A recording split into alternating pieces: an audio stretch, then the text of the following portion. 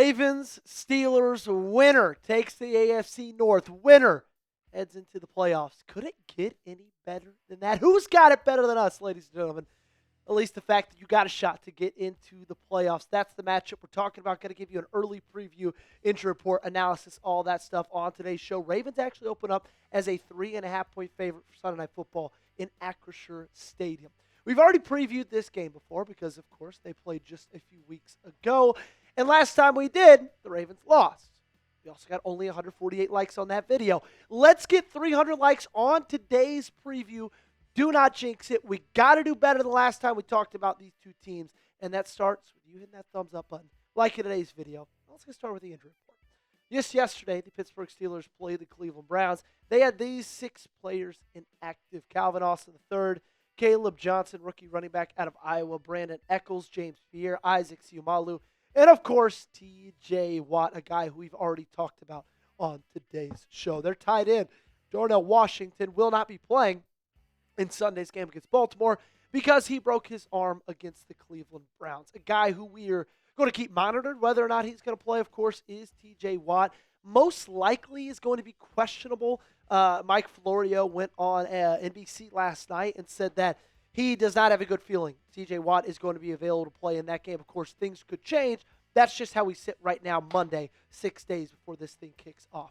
DK Metcalf, not injury-related, but he will not be playing in that game either, still serving that 2-game suspension. And, of course, if they make it into the playoffs, he'll be back for those games. Hopefully, he will not be back for those games. Hopefully, they don't have any playoff games to worry about. Let's talk about Lamar Jackson. That's going to be a big thing we've discussed all week long. Per John Harbaugh at his press conference today, quote, "It was not good at all early in the week, but it improved as the week went on. If Lamar is ready to go, he's playing for sure." There's been a lot of talk of maybe even if Lamar's a little bit ready to go, maybe they'll go with Tyler Huntley, ride the hot hand. That's not happening. If he can step on the field, if he can throw a football, Lamar Jackson's going to be the quarterback. I, of course, think that is the right call. Let's talk keys to victory. Number 1, Henry, and then maybe Derrick Henry a couple of more times.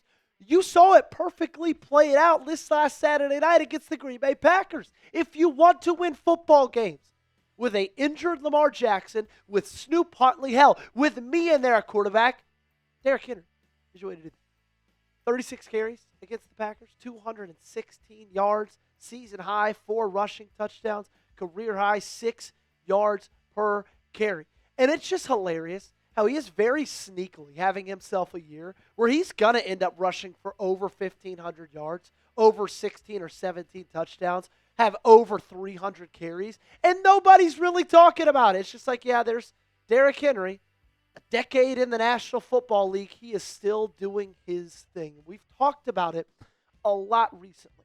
In these big games, and this is the biggest game of the year. This is an early playoff game. Your best players have to rise up to the occasion. They've got to step up in these situations. That's why you've got to lean on Derrick Henry. Because when it's late in the season, it's his time. Like, think about it. He said on Saturday night, "This is what I trained for." And he's right. Because this time of the year, defenses are beat up. The weather is cold. You don't want to tackle a 6'4", 230-pound running back over and over and over and over again. Meanwhile, he's on the other side of the football field. He looks like he's barely breaking a sweat. These are the games that Derrick Henry can and needs to take. It's PrizePicks time. 109.5 yards for Henry against Pittsburgh.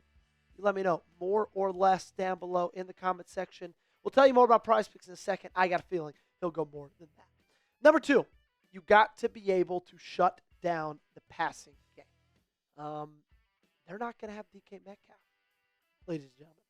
That is a really, really big miss for the Pittsburgh Steelers. In fact, his antics on the sideline against Detroit are going to loom large and have massive, massive consequences. They already did. He missed the game against Cleveland. They could not pass the football. They lost that football game.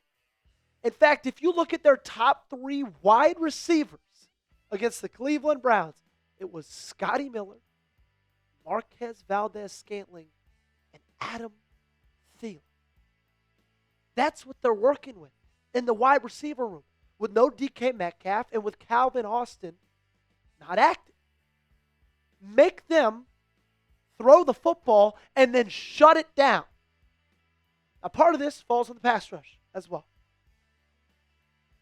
Part of this falls on Draymond Jones and Mike Green being able to pressure Aaron Rodgers, because Lord knows Myles Garrett and the Browns defensive line, they were able to do that. Additionally, you need Nate Wiggins to step up big here. Okay? I thought Nate Wiggins had the worst game of his career this past Saturday night. You had guys like Bo Melton were putting that dude in the dirt. You cannot have that happen.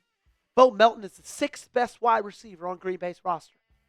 You cannot be letting him put moves on you and get catches for 34 yards. Wiggins and Humphrey, they had bad days. 111 yards given up by Nate Wiggins. 51 yards given up by Marlon Humphrey. Those two guys were getting picked on by Malik Willis and that Packers offense all game long. That cannot happen. No ifs, ands, or buts. What can happen, what should happen, is you guys checking out our awesome sponsor of today's show, our great friends over at PrizePicks. This episode is brought to you by PrizePicks. Whether you're starting a new routine or making player picks for the first time, trying something new can be hard, but in life and on PrizePicks, it's always good to be right. With high-pressure playoff matchups every weekend and elite hoops action almost every night, the action never stops, and PrizePicks lets you take control. With a new social feeds feature, you can share PrizePicks with your friends and copy lineups from winners with a single click. Copy lineups you like or use them as inspiration for your own picks. You can even follow PrizePicks partners like us and tailor fit our picks with just one click. PrizePicks now is early payouts. If your lineup gets off to a hot start, you may now have the option to cash out those winnings before the game even finishes. Got a good feeling my PrizePicks lineup is going to get off to a hot start tonight. We got Rams, Falcons. Give me the more on Puka Nacua receiving yards at 108.5. The more on Matthew Stafford passing touchdowns, 1.5. And the less on Kirk Cousins, 225.5 passing yards. Download the PrizePicks app today and use code CLNS to get $50 in lineups after you play your first $5 lineup. That's code CLNS to get $50 in lineups after you play your first $5 lineup. The link to this promo is in the comments and description of today's video. PrizePicks, it's good to be right. Zay Flowers has got to eat. And I've got a good feeling that Zay Flowers is going to be able to eat. Solely because of how the Pittsburgh Steelers run their defense. Okay? Their favorite coverage. It's called man-free. Basically what that is, it's a 5-man pressure up front. Now they can bring that pressure in multiple different ways. It could be 4 down linemen and a linebacker. It could be 3 linemen, a linebacker, a cornerback, 4 defensive linemen and a safety. It does not matter. 5-man pressure up front. 1 deep post safety, basically playing a form of cover 1. And then across the board, you've got 5 cornerbacks, defensive backs that are in man coverage. That's their favorite cover. They've done it all season long. Mike Tomlin has pretty much ran it for the entirety of his tenure there in Pittsburgh, so you can expect that the same thing is going to happen. You want to know what it looks like? Here's how it looks. You got guys manned up, 1 deep safety.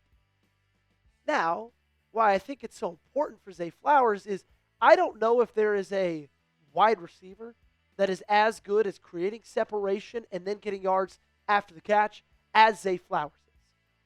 And he's going to be able to do that because they have let pretty much every single wide receiver they've had to play this season do that. In fact, they played the Colts. They had 2 wide receivers catch for over 110 yards in Michael Pittman and in Alec Pierce. Tight ends have given them fits as well. Obviously, Jamar Chase, Justin Jefferson, they've been able to do their things. This is a part of this game that you have to take advantage of. And like I talked about Zay Flowers, his average separation per route run is 3.5 yards. That's a top 10 wide receiver in the game.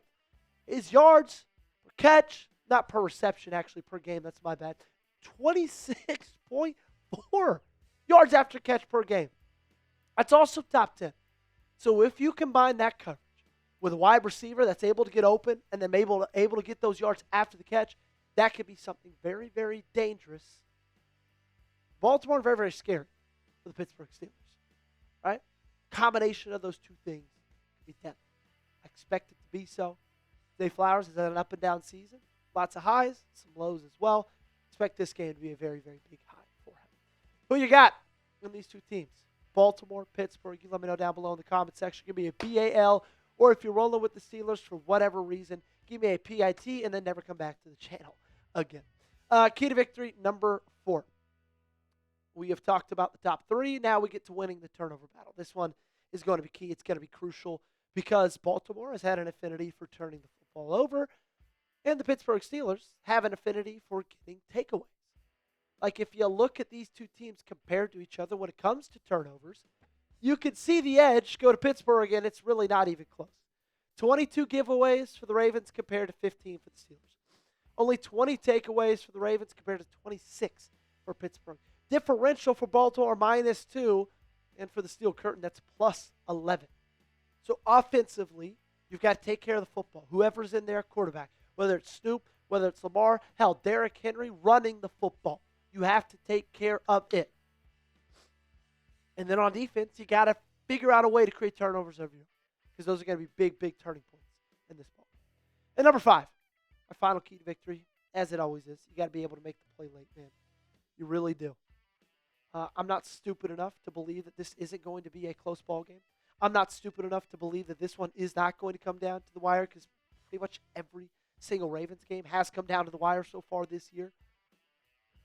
Whoever wins this game is going to be the team that can make a play in the fourth quarter. Hell, I'm fine with throwing out the first 50 minutes of this ball game and saying, I guarantee it's going to come down to the last 10. Who's going to win the last 10 minutes? That's who's going to win the ball game, go to the playoffs. I think the Ravens win 21-20. I think they take this gift given to them by the Cleveland Browns. They take advantage of it. They beat the Pittsburgh Steelers. They punch their ticket in the playoffs, send the Steelers home with another 9-8 season, and it's going to be a lot of fun. Of course, we're going to be live here for it.